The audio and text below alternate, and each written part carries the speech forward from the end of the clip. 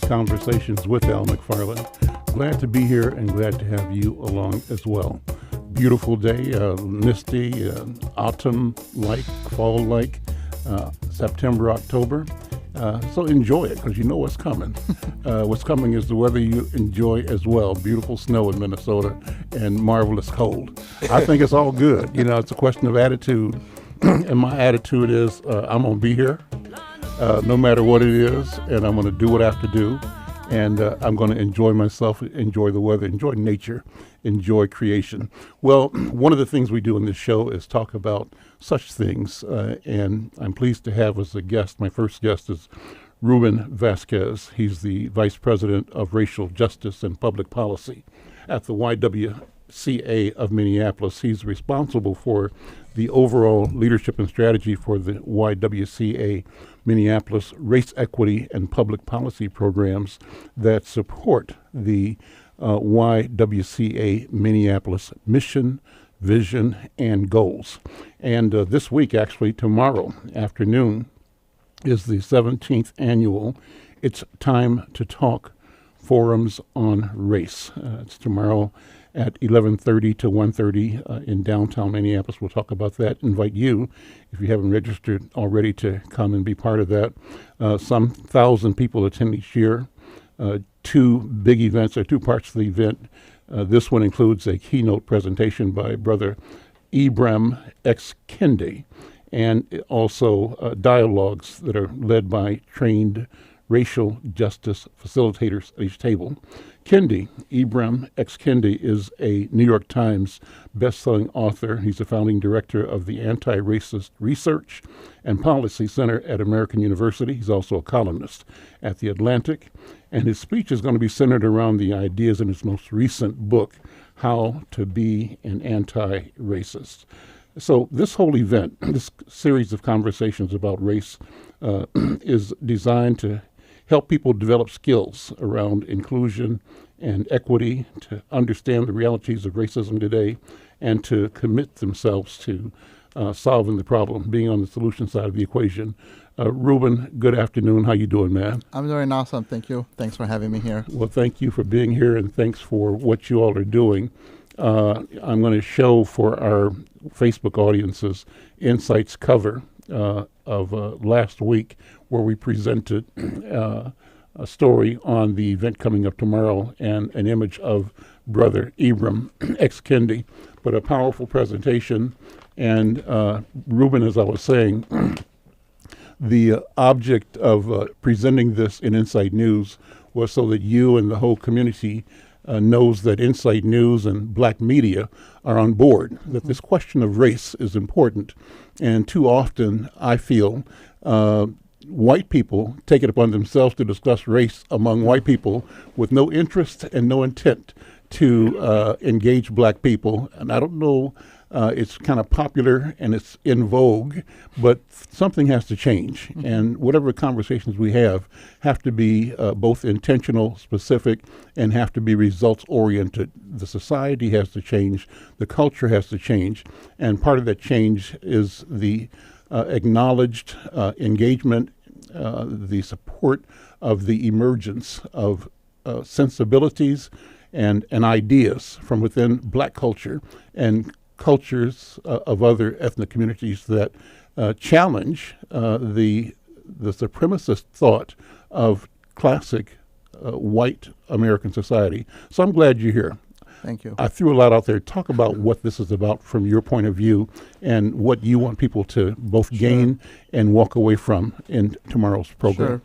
So again, thank you for having me and giving me an opportunity to kind of share what the work that YWCA Minneapolis is doing. Tomorrow's event, It's Time to Talk Forums on Race. It's really an opportunity for people to come together who are at different levels within their racial justice journey. We know that, not everybody's going to have the same lived experiences that I do, or I will not have the same experiences that other people do. So it's really an opportunity for people to come together to start having those conversations about what race and racism is. So you mentioned about how sometimes, especially in Minnesota, the progressive white feel that they've that they got it, quote unquote, that they got it, that they've arrived. And for us, this event is really to kind of bring people together to say, well, hold up. It's really about engaging other communities as well, communities of color. As an immigrant from Mexico myself, I have personally experienced some of these racist things that are going on. My kids have, as recent as a couple of weeks ago, my daughter had an incident of racism at her school. So talk about it. Just yeah. make it So real. one of the things that she came home from school and she's coming on 12, and she was having a conversation with one of her a little friend of hers, a boy. He's from Somalia, and they were just talking in the gym, and then apparently another boy came up to them, white little boy, and asked, hey, which one of you is the Mexican? Because all of you people look the same, right? So this is happening in middle school. So for me, the work that we're doing at YWCA, for me, is not just about my job, but it's also very personal to me, right? I've gotten pulled over where I am not asked for my driver's license. I'm asked for my green card. And when I say I don't have a green card, the next question is, Put your hands behind your back. or are you illegal, Yeah, okay, right? yeah. It's never, Yeah. am I a U.S. citizen, Right. So these issues are real, and it is important to bring people together for them to realize that these things are happening right now. Our current social and political climate is very divisive, and I've had conversations with, some white people who feel happy of how diverse Minnesota is, racially diverse. We continuously get praise for Minnesota being one of the best states to live in. And what I say to that is, sure, it's a good place to live in, but once you actually start peeling back the onion and start understanding the disparities that exist, then you really start taking a closer look as to when we say this is a great state for people to live in, I would push people to say, for which people, right? Because in reality, for some of our black and brown boys, men, it's really not. For our women, it's really not, So, again, the event tomorrow is really to bring people together from all different lives, paths of life together to kind of start having those conversations about race and having people understand what role they play within that system of racism. What more can you tell me about Brother Ibram X. Kendi? Kendi. Yeah, so we're super excited about having Ibram X. Kendi join us tomorrow. I don't know if you've had a chance to read his last book, How to Be an Anti-Racist, but one of the things, when I started reading the book, one of the things that really caught my eye on that book is he talks about there's a difference of being not a racist versus somebody who is an anti-racist, right? And somebody who's an anti-racist is really somebody who is fighting against changing the systems of oppressions that continue to exist, right? People can be against racism on a one-on-one basis or for that specific incident. But to actually be an anti-racist means that you have to constantly be fighting to change those systems of oppression. We know that, racism is a systematic issue. So how do we start changing and fighting for that? So, again, tying his work and then also his other book, Stand From the Beginning, to the work that we're doing, we felt that it was appropriate to bring him in to have these conversations and to actually start challenging our communities to really take a closer look in the mirror and be like, okay, am I just against racist things or am I really working to become an anti-racist? And those are two different things that we're hoping that he touches on tomorrow. I'm Al McFarland. This is Conversations with Al McFarland. My guest is Ruben Vasquez. He's Vice President of Racial Justice and Public Policy at YWCA Minneapolis, and is here talking about the special event going on tomorrow, Wednesday, October 2nd, from 11:30 to 1:30 p.m. It's the 17th annual It's Time to Talk forums on race. And the keynote speaker tomorrow, as he just mentioned, is the author Ibram X. Kendi, a best-selling author whose newest book is How to Be an Anti-Racist. You know, Ruben, to me the question comes down to power. How do we teach and examine power relationships, power equations? Part of the challenge of black people and white people knowing each other differently is that there's a presumption of power by white people, and there's an expectation by whites that blacks know their place. And the place that blacks should know is a place of subservience, in that at one level or another, you are expected to genuflect before the altar of white supremacist thought and white reality. After all, the world knows that Jesus is created in our image, right? And all of you black people got a white Jesus in your living room or somewhere in your house, right? So that's part of the psychology of our history. And beneath it all is power, the power to decide what I will do today, what I feel like doing, and what tools and resources do I have to execute my feelings, power to believe that I exist as a reflection of the Creator himself, and that everything else is under my dominion. And the problem with supremacist thought, in my view, Al McFarland's view, is that white supremacist culture has appropriated that as an exclusive to white culture, and believes that anybody that's not white cannot possibly do anything, say anything that is of consequence to the white design and the white reality. I believe that as a black man, my duty and my job, my obligation, is to fight racism, to be what you just called an anti-racist, but anti-racism means the complete and total dismantling of white power and of white supremacist thought.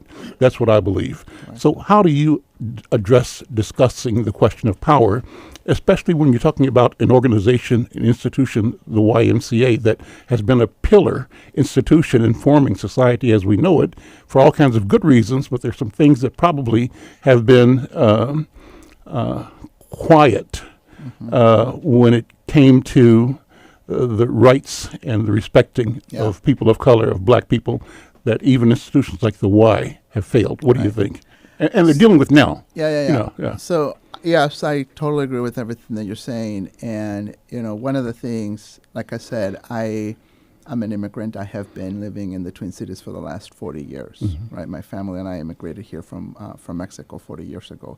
And when as I was growing up in Minnesota, and I'm sure all of you have heard this whole Minnesota nice thing, right? And for me, when I started hearing that term, I thought what that really meant was that Minnesota was full of just a lot of nice people, that everybody was just nice.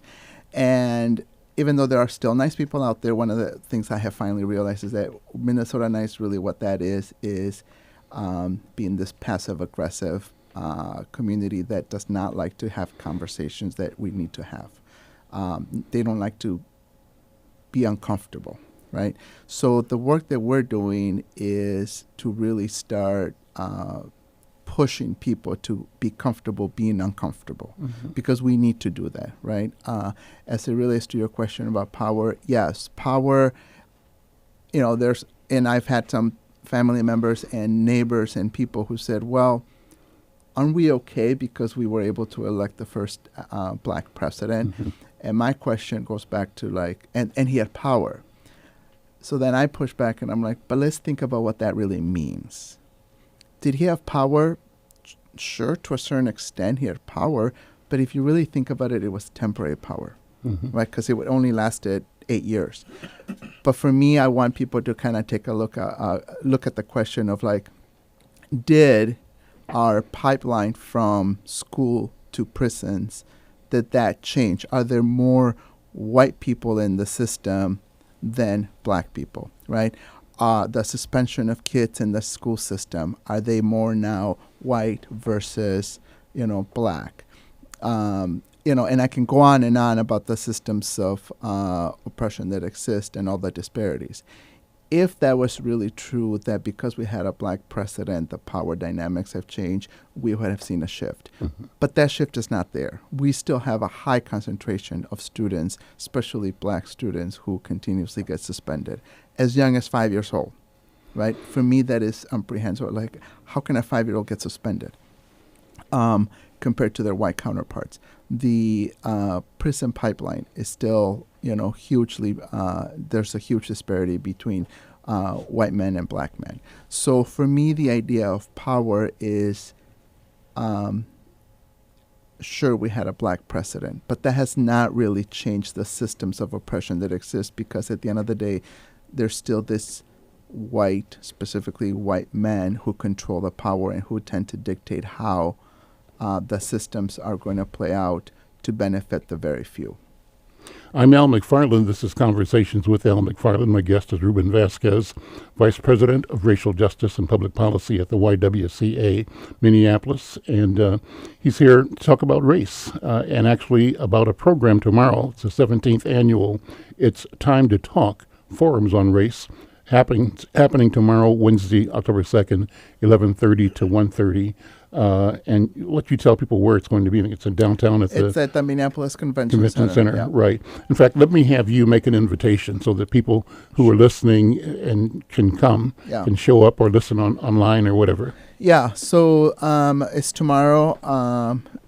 It is from 11:30 to 1:30 at the Minneapolis Convention Center.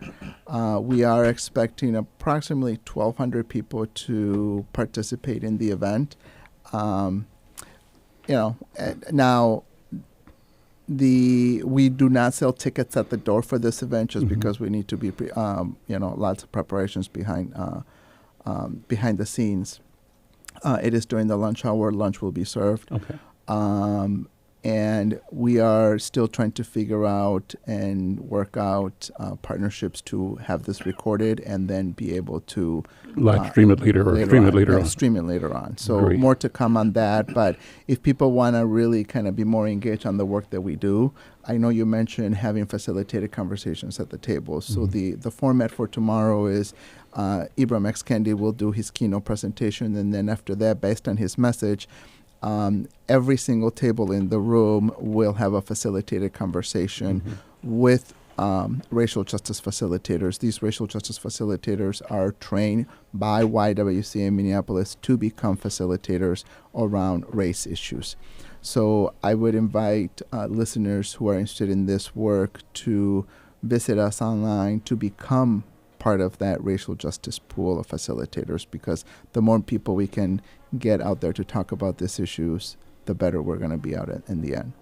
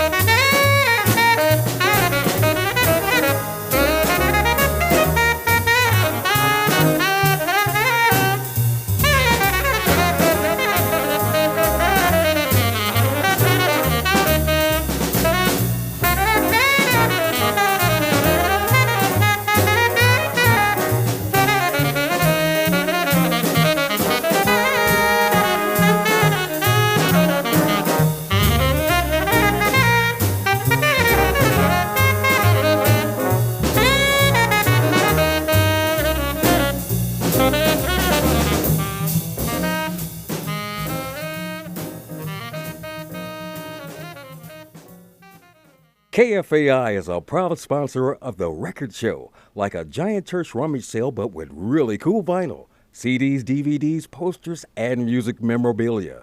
The next record show is Saturday, October 5th, 9 a.m. to 4 p.m. at the Richfield American Legion, 6501 Portland Avenue South. Lots of free parking. More information at mmrecordshow.com or 651-224-4947.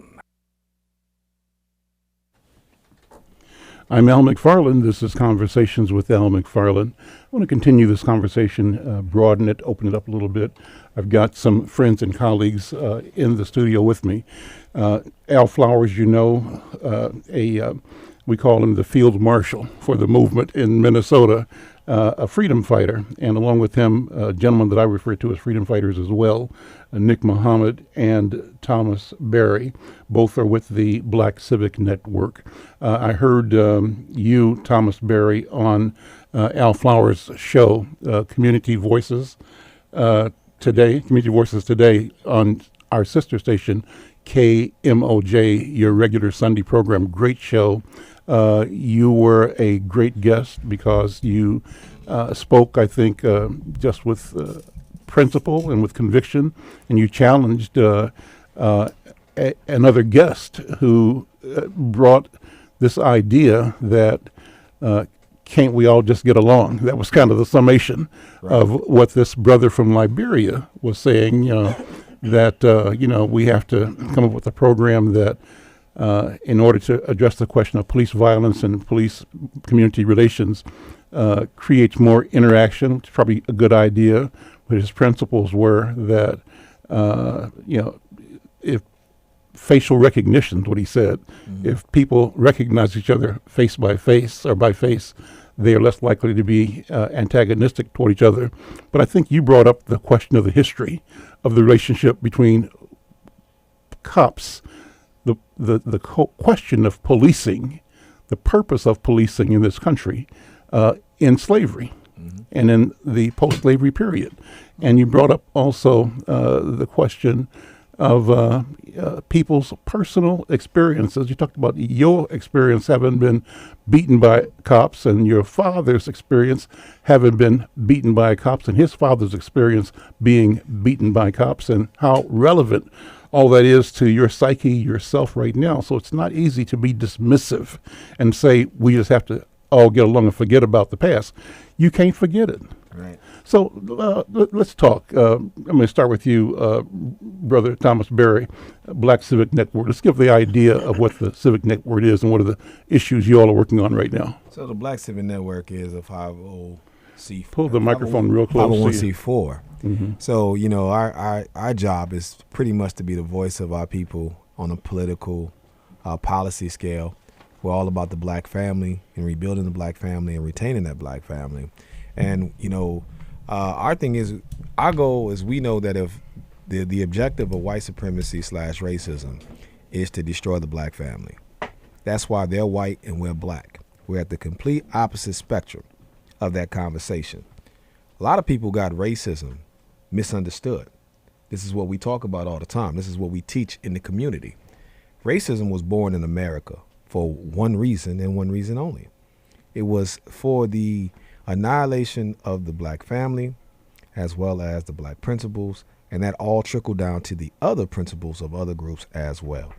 That's why they're white, we're black. Other groups don't understand that. So when we have these conversations of politics and we use the POC term, a lot of other people don't understand our pain. So what we do at Black Civic Network is we go out, we give the current data as well as the historical data to explain to them, this is why we are in this position, this is how we got to this position, but this is also some of the solutions on how we get out. And what I like about your show as well as Brother Al's show is that it allows us to question people, because what you find is racism or white supremacy wouldn't exist if it wasn't for those people, since we're talking about people of color, if it wasn't for those people of color who always assisted. They wouldn't have been able to do to the natives if it wasn't for the native tribes helping them out. They wouldn't have been able to do to the people in Mexico You know what I'm saying? If it wasn't for Mexican tribes helping them out, they wouldn't have been able to do it to Africans, and if it wasn't African tribes doing it up. Now, I'm saying that to say, as an African American, we know we got here through slavery. If my brother or my sister come here from the continent, you are a guest in the house that we built. You don't get to sit at the table and tell us anything. Nothing. You don't know. And it's disrespectful. The tone, even when I told him what I've been through, he skipped over that. That meant nothing. He had brother KG there. KG said, I got beat too. And I got beat because I was doing something wrong. So that's part of that POC thing, because when we sit at the table with the police, we want our people to be accountable too. We want them to stop the crime. We don't want nobody being murdered. But if you got to kill a brother running up on you with a knife, certainly the white guy shooting the AK-47 should be killed too. So if we want it to be equal across the board. So we want everybody to be accountable. Us, the police, white citizens, black officials, white officials. So that's what BCN, that's what we're about. Nick, jump in, and good to see you, Nick Muhammad. Always good to have you on the show. Thanks for having me. Yeah, and strong voice in the microphone there. Yeah, we, to Thomas's point, we've been striving to redefine the relationship to the black community for everybody. So like we started off with the black community and the black family as our cornerstone, full stop. And in our opinion, we have to begin to reorientate everybody and requalify everybody. Everybody got to resubmit applications to be a part of the black community's quote unquote allyship, because the data is showing that these partnerships are more like exploitive relationships. We're not put in the same position as our counterparts who come into our communities, literally live off of our dollars, sustain their communities, sustain their families, withdraw as much wealth as they can, and then they move up to the next bracket of socioeconomic status. Meanwhile, let's break that out. I think that's a good one to unpack a little bit. I have a Sure. parable or a saying that I use. What I say, and you've heard me say it, we get the misery, they get the money. They make money on our misery. There's no incentive for them to end our misery because our misery is profitable for them. So we, in a sense, are being catfish farmed, right?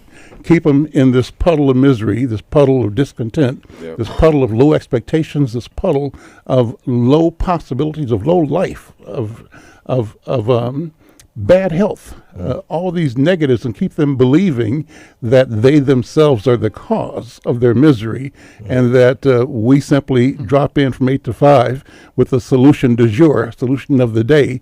We get our paycheck and we leave, but guess what? The misery is there, and if the misery ever were to begin to dissipate, I think you'd find some people saying we got to stop that, because our system of jails and prisons and social workers and people that collect an education paycheck are going to be disrupted. yes. So my point is, you can't make money on our misery anymore, Yeah. period. And We got to stop it. What do you think? I always make sure that we extend that. When I say everyone, I mean everyone. So, you know, if you claim to be a white progressive liberal, your policies over the last 45 years are responsible for the infrastructure and the conditions for all of the disparities that we see right now. You have to own that. We even go as far as to say that we have to redefine the partnership. We can't be a part of a POC network if every time we look through the infrastructure, each group is living in a different socioeconomic status, and black people happen to always be at the bottom. So case in point, there was a time where our corner stores and the small little shops that we had in our community literally were lifelines for the community to create stability for families, put people to work, making sure that we had a sense of pride inside of our community. And they were really like economic development businesses. Most of those began to evaporate. And then our partners, so-called partners in other communities of color, came in, occupied those spaces, literally made as much money as they can, that went into their families, and our community was left literally paying the tab and having no on-ramps back into the economy. And that's just dealing with them. And then you have, you know, the labor unions who literally locked black labor out of many a job, so much so that now they're in a deficit of labor that they can barely even stomach and definitely can't climb out of without us. but their policies have put them in a place where they're not even bringing enough people in, and they're harming themselves, and we're left to try to put the pieces together and say, once again, like black people always do, here's how we're going to save the economy, here's how we're going to save the country, here's how we're going to stabilize society. And the reality is black people have to begin to put themselves back into the center of the priorities. We can't lead the disparities and then prioritize everybody else's interests. That hasn't worked for us.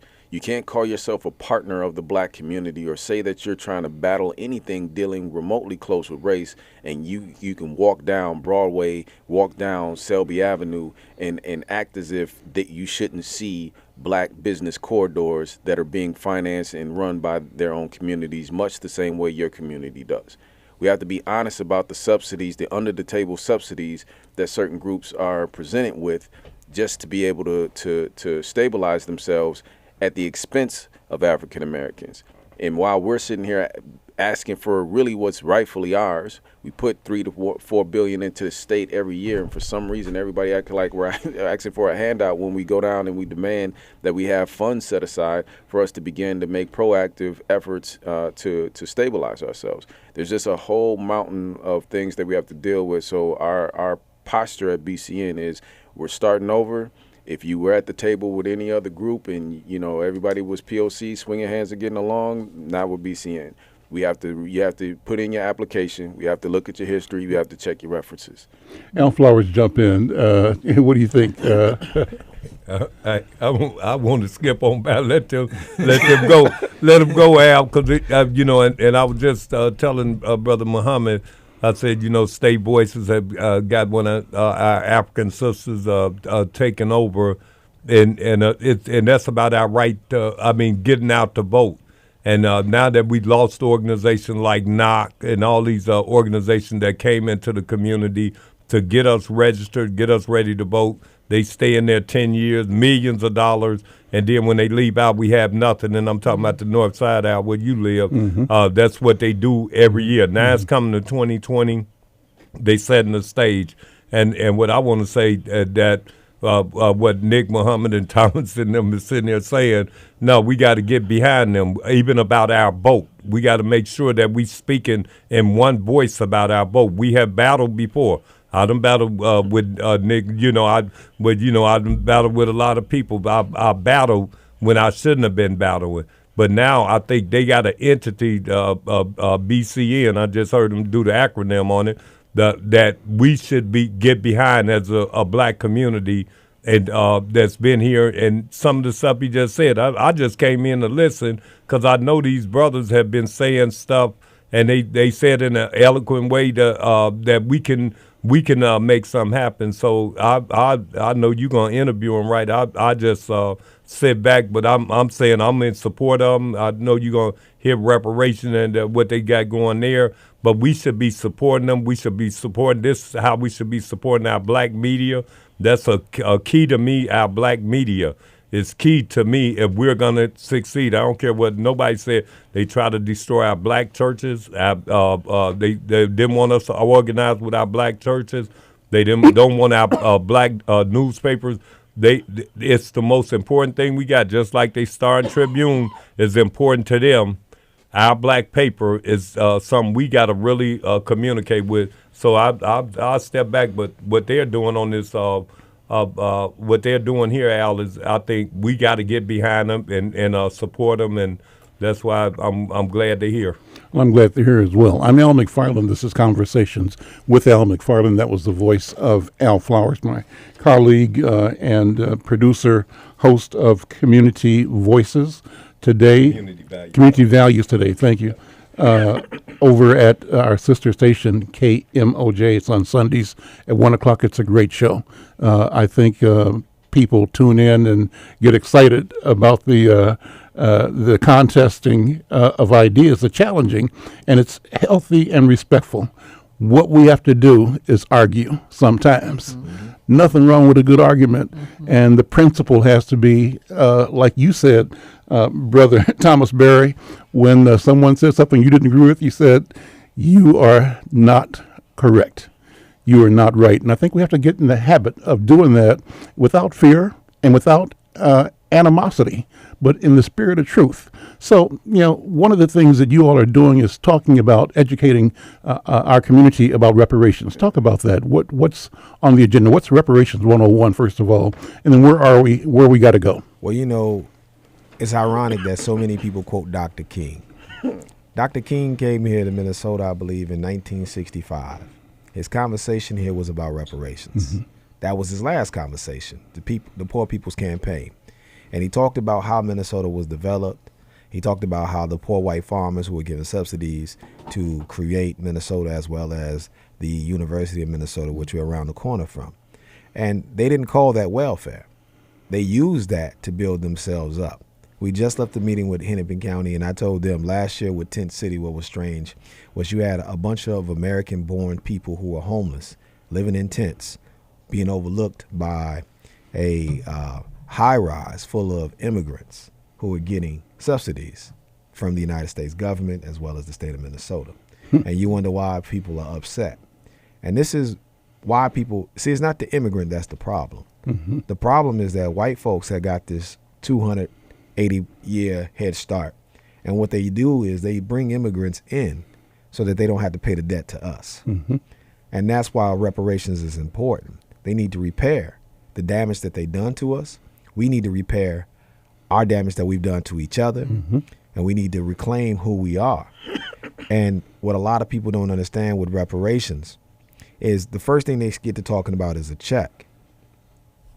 That's, if you gave us money alone and kept us in the state of mind that we're in, it doesn't help. That's why you could have someone come along and say, well, if we just eat cookies and drink milk with the police department, we're going to be happy. No, we got to have some serious conversations, and we got to say, hey, in order for this partnership to work, you can't be just racially profiling us. Now, we need you to arrest the people that are doing the wrong things. But what we don't need you to do is, because Brother Al is telling you that you can't come into his home looking for his daughter without a warrant, you don't get to beat on him and then come to us and tell us that you want to be a good partner. Because you can't keep using this a few bad apples while the good apples just watch, right? So we got to repair that relationship. And they got to own the fact that they came off the plantation as the overseer. So they got to own their history. They also got to understand that they were undergirded by the Irish, and that was the part of the deal with the Irish. That's why we call them the patty rollers. That's an Irish thing. It's an Irish union pushing this thing. And the reason why they treat us the way that they do was because when they got to this country, they were told that they weren't white. They had to earn to be white. And how they earned to be white was stepping on our necks. That's a conversation that needs to be had. Because over in Europe, they're not a blue blood. They're the terrorists. Before we even knew what an Arab terrorist was, they're considered terrorists over there. And if it wasn't for us being here, they would be at the bottom. To be honest, if it wasn't African Americans, the way they wiped out the natives, right? And if they didn't have Mexican immigrants, the Irish would be at the bottom. They're clearly the white black folks in Europe. That's who's sitting on your police department. When the FBI is telling you that there is so when you have that, then you have the banking institutions redlining us everywhere, and then telling us, it's our bad spending habits. No. It's not our bad spending habits. You have to repair us because financially you've went in and you made sure that you destroyed us. You don't let the black dollar spend like the white dollar. If Al McFarland want to buy a home, it's going to cost him 30% more than it would cost his white neighbor, right? So these are the things that we're talking about. These are the conditions, the schools, everything that you can think of that's important, the necessities. We need those things repaired because anytime you pull up the rug, the first thing that you see is there's a systematic lever that's put there to make sure if you have a dark complexion, you're not to go past go, especially if you are a descendant of slaves. Because what they are fear of is if we stood up and they couldn't stand on our backs and competition was just across the board, we would whoop them like we whoop them in sports. And once we get that fair competition, once we repair who we are and our families, they will find out that we really aren't even interested in being in competition with them. What we really like to do, and like what we always like to do, most indigenous groups like to do, is be left alone to just do what we do and enjoy life. They're set up for competition. We don't want to compete like that. We don't think like that. We think love, life, and harmony. So if people could understand that and stop telling African Americans what's wrong with us and allow us to get the reparations, right? Allow us, and reparations is a legal term. In order for them to do anything, Brother Al, that's going to impact us on a legislative level, they have to have the wording reparations in it. And a lot of people don't understand that. So that's why we have our town halls. That's why we're out talking in the community. That's why we're on the radio. So when I see a brother like the brother that was there, and I know what he was doing, he was going to use our pain for benefit. And he didn't really have us even on his flyer. He had 2 black people on the flyer. There's one child who looked like they had a white parent, and then there was a brother from the continent on the flyer. And it was about 20 white people on the flyer. And he said, that's what the community looks like. What community is he at? Brooklyn Center, Brooklyn Park, or whatever? He was talking about Robbinsdale. Robbinsdale, But okay. he didn't know the history of the sunset laws in Robbinsdale. He didn't know that history. And then off the air when we talked, he even admitted they call us slaves when we're not around. I'm not talking about white folks. I'm talking about our brothers and sisters from the continent. So if you're calling me a slave, you don't have no respect for me. You don't have no respect for my people. And then we have to smile and grin. And then a lot of us are like, well, we don't want to argue. No. We pay lawyers to argue on our behalf. We elect politicians to argue on our behalf. All of us, you, me, everybody in this room, we need to be arguing on our behalf. If we're not arguing on our behalf, then we're not doing justice to each other. I'm Al McFarland. This is Conversations with Al McFarland. My guest in studio, you just heard Brother Thomas Berry, and along with Thomas Berry, Nick Muhammad, they are with the Black Civic Network. We're talking about reparations. Ultimately, we're talking about freedom and justice for our people and for humanity. Also, my colleague and friend Al Flowers is here. Al Flowers is the host of Community Values, a regular Sunday broadcast, 1 o'clock Sundays on our sister station, KMOJ. Check it out. Powerful, dynamic, engaging, wonderful conversation. And also, Ruben Vasquez is here. Ruben Vasquez is the Vice President of Racial Justice and Public Policy at the YWCA Minneapolis, and is here reminding all of us that the YWCA is doing the work. It's presenting the 17th annual It's Time to Talk Forums on Race tomorrow, Wednesday, October 2nd, from 11:30 to 1:30 at the Minneapolis Convention Center. And it's going to feature a keynote presentation by Brother Ibram X. Kendi, who's a New York Times bestselling author, founding director of the Anti-Racist Research and Policy Center at American University. He's a columnist with The Atlantic magazine, and his speech is going to be around the ideas in his most recent book. The book is called How to Be an Anti-Racist. Nick, when you hear that comment, that statement, how to be an anti-racist, what does that mean to you? And in your experience as an organizer, as a community builder, as a youth leader, what does it say to you? How to be an anti-racist doesn't resonate with me. Okay. Again, this is the reason why we're very direct in our rhetoric, and we invoke the name of black. We invoke the political designation of American descendants of slavery, or ADOS. There's been a conversation about talking around the black experience in this country. And we got to realize that before we can begin to even address racism, to Thomas's point earlier, we got to understand what the construct of race was in America. It was white and black. If you wanted to be white, to the point with the Irish, you had to qualify and demonstrate to the dominant white culture holders that you belonged in the club. Now, it's interesting because we're facing a time right now where the current designation of white people are literally dwindling in population. That's where all this Tea Party stuff and everything is coming from. And what they're trying to figure out is how do they maintain a majority in a country that they've set up to run, quote unquote, democratically with a dwindling population. And so what they're striving to do is turn whiteness into a T-shirt now. And the prerequisite is Are you game to keep the African American, the black descendants of slaves, at the bottom of the socioeconomic ladder? If so, if you're willing to embody these principles, we can allow you to wear the white t-shirt, meaning you could be affiliated. So what they did in years past is they would bring in the Irish, they brought in the Jewish community, and then they brought in the Italians. And a lot of people don't understand. They're considered white now, but there was a time when they weren't white, and they were only made white out of necessity to maintain a majority large enough to exercise control.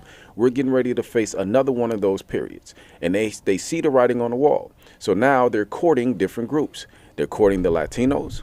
They're courting Asian Pacific Islanders, and they're trying to recourt the natives. Now, at the end of the day, we have to get serious about the fact that just because we have a numerical majority doesn't mean we have a united perspective on what race is and how this country should operate and who should have shared power. There's some people who are only interested in taking the place of white supremacy over black lives.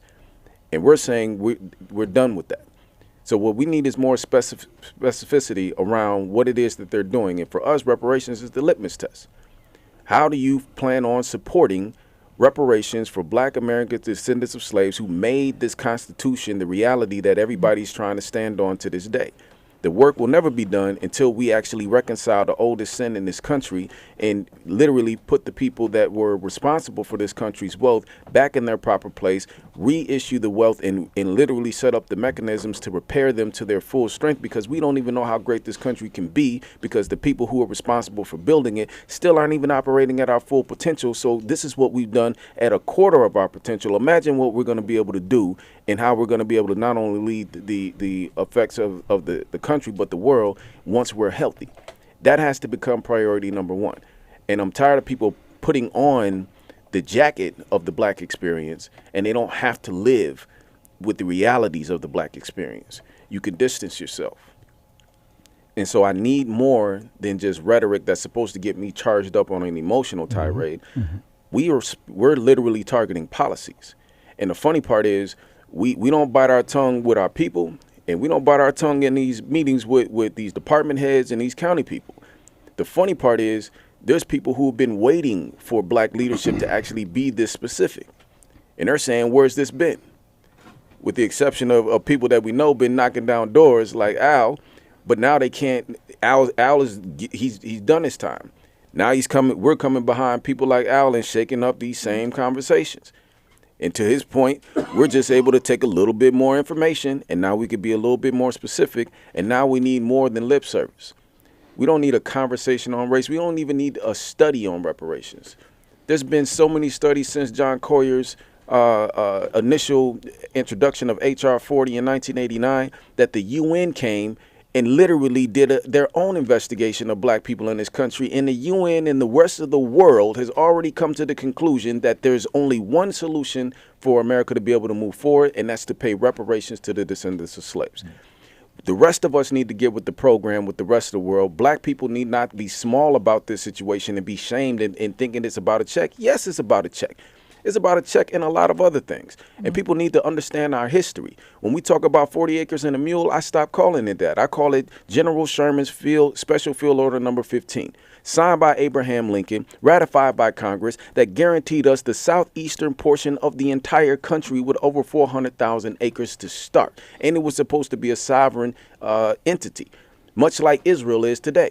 That's what we were supposed to have coming out of the Civil War. And most people don't understand that that's what the problem is. That's where it all started, because that was supposed to be the beginning of the space where we can begin to heal ourselves, self-identify, have some time away from the structure that subjugated us, and they rolled back on that deal. Lincoln was assassinated 5 days after that was signed. 5 days. And everything was overturned by a son of the Confederacy.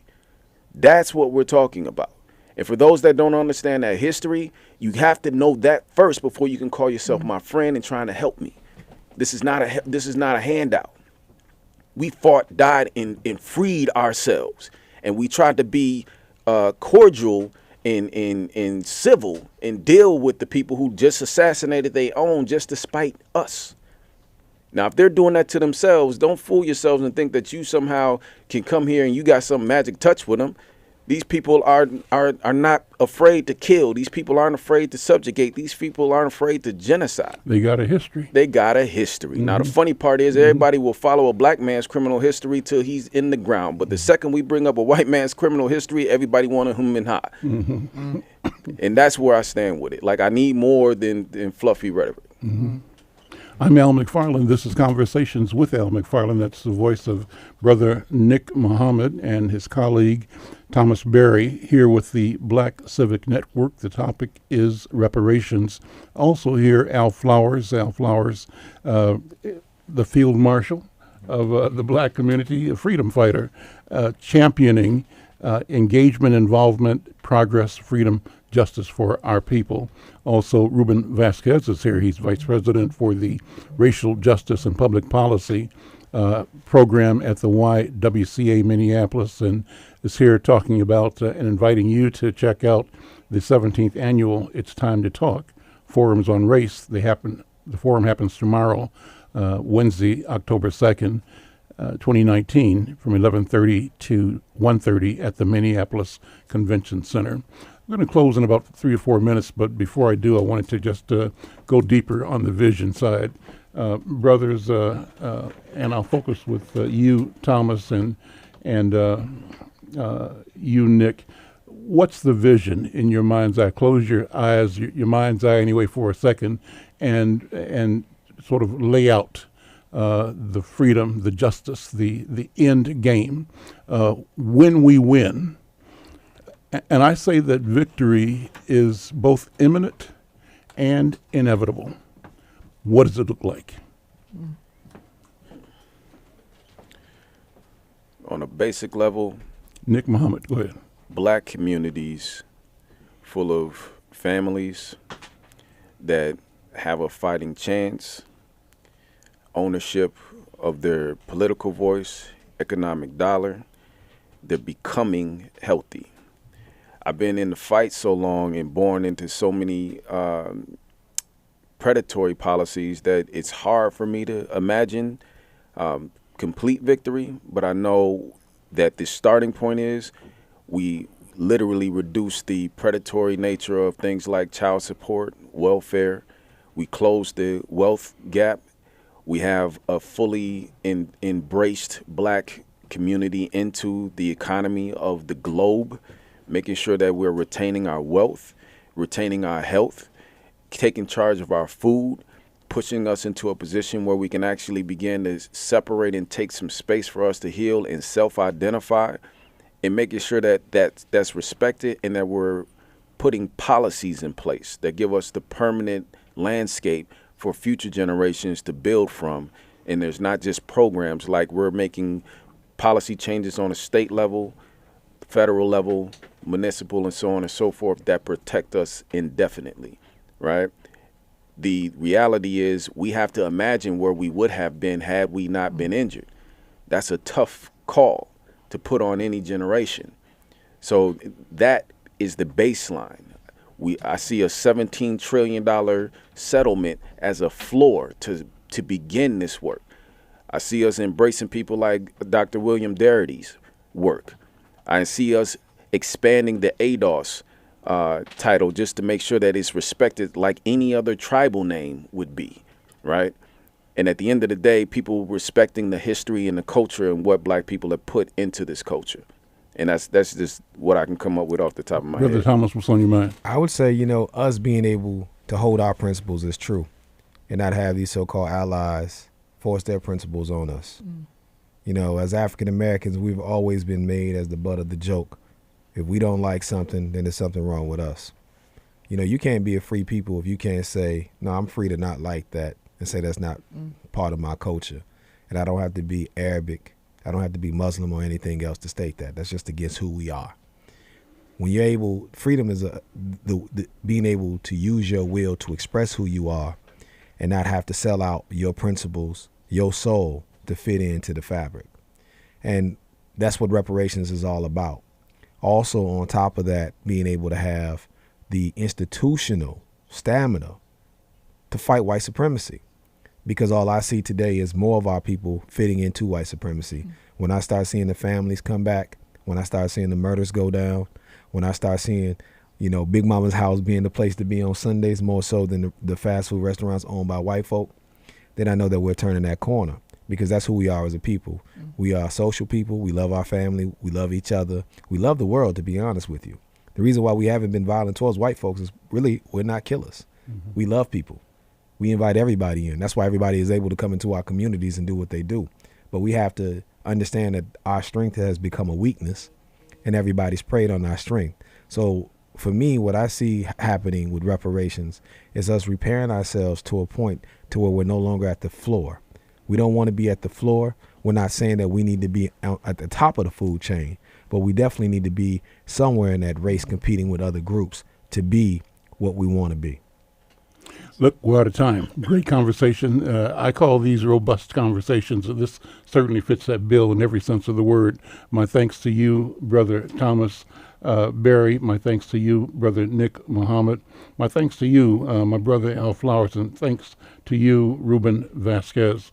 This has been a great conversation. We got to keep it going, and we got to act on it. So it's not a question of talking alone, but it's a question of the steps we take, the moves we make, and demonstrating our feelings through our action, our thoughts through our action. So I commend you, and I say let's make this thing happen. Thank you so much. Thank you.